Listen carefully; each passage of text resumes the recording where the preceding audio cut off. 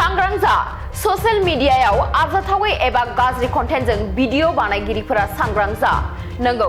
नायथावै video एबा आरजाथावै भिडिअफोरखौ social मीडियायाव share खालामनायनि सिगां नोंथांमोनहा सांग्रां जानाया जोबोद गोनां अनलाइन आयदाखौ सामलायनो गोख्रोंनिफ्राय गोख्रोंसिन नाजागासिनो दङ सरकारा नंगौ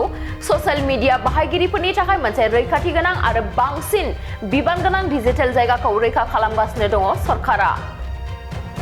मिरु सरकारा ससियेल मीडिया एबा अनलाइननि गेजेरजों गाज्रि एबा सेक्सुएल कन्टेन्ट फोसावनायनि बेरेखायै आयेनारि राहाफोरखौ गोख्रों खालामदों मख'नो गोनांदि मिरुनि मन्त्रि अश्विनी वैष्णवआ लकसभायाव ससियेल मीडिया एबा अनलाइन प्लेटफर्मफोरनि गेजेरजों नायथावै भिडिअ एबा सावगारिफोरखौ फोसावनायखौ होबथानो थांखि लादों जुदि सोरबाफोर नायथावै भिडिअ एबा सावगारिफोरखौ फोसावोब्ला 2000 मायथाइयाव थिसनजानाय इनफरमेशन टेक्नोलॉजी एक्टनि आयेन बादियै बेखौ गोख्रों साजा होनो फोसावदों बेनि अनगायैबो ससियेल मीडिया एबा अनलाइननि गेजेरजों सेक्सुएल कन्टेन्ट फोसावगिरिफोरनि हेंथायै अजद होगिरि आफादफोर गायसननायनि राहा खालामनोबो फोसावदों मिरुनि मन्त्रि अश्विनी वैष्णवआ नंगौ गोबां समावनो जों फेसबुक इंस्टाग्राम बायदि ससियेल मीडिया प्लेटफर्मफोराव नायथावै भिडिअ एबा सावगारिफोरखौ नुनो मोनो जर'खायै बेफोर नुथायफोरा उन्दै गथ'फोरनि सायाव गाज्रि गोहोम खोख्लैनो हागौ बेखौ नोजोर होनानैनो मिरु सरकारा ससियेल मीडिया बाहायनायनि सायाव गोख्रों नेम फोसावदों बेनिखायनो जाय बिथांमोना ससियेल मीडियायाव भिडिअ एबा रिल्स बानायनानै हगारो आरो गुबुननि भिडिअफोरखौ शेयार खालामो बे खेबनिफ्राय नोंथांमोनहा सांग्रां जानाया जोबोद गोनां सांग्रां जा ससियेल मीडियायाव आरजाथावै एबा गाज्रि कन्टेन्टजों भिडिअ बानायगिरिफोरा सांग्रां जा नंगौ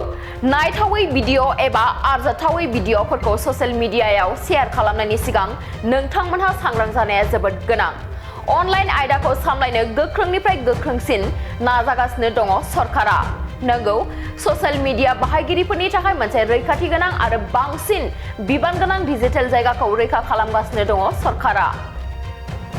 मिरु सरकारा ससियेल मीडिया एबा अनलाइननि गेजेरजों गाज्रि एबा सेक्सुएल कन्टेन्ट फोसावनायनि बेरेखायै आयेनारि राहाफोरखौ गोख्रों खालामदों मख'नो गोनांदि मिरुनि मन्त्रि अश्विनी वैष्णवआ लकसभायाव ससियेल मीडिया एबा अनलाइन प्लेटफर्मफोरनि गेजेरजों नायथावै भिडिअ एबा सावगारिफोरखौ फोसावनायखौ होबथानो थांखि लादों जुदि सोरबाफोर नायथावै भिडिअ एबा सावगारिफोरखौ फोसावोब्ला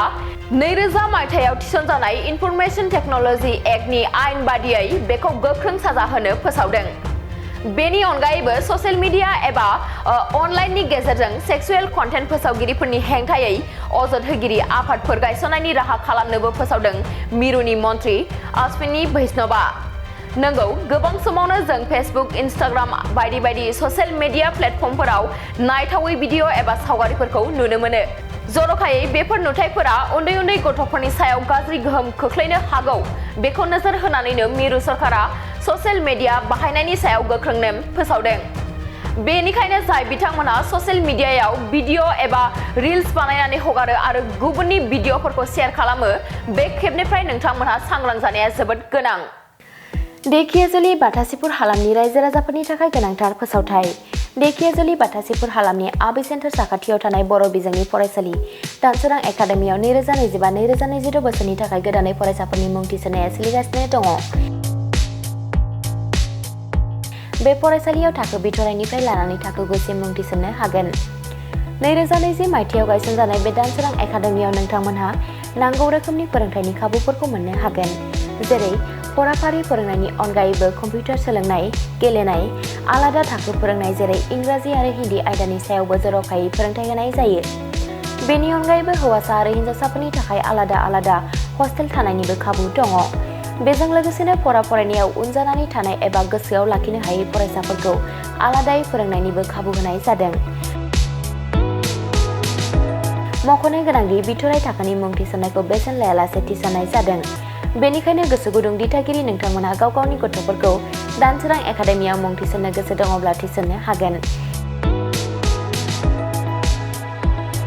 दानसोरां एकाडेमियाव मुं थिसननो थाखाय नोंथांमोनहा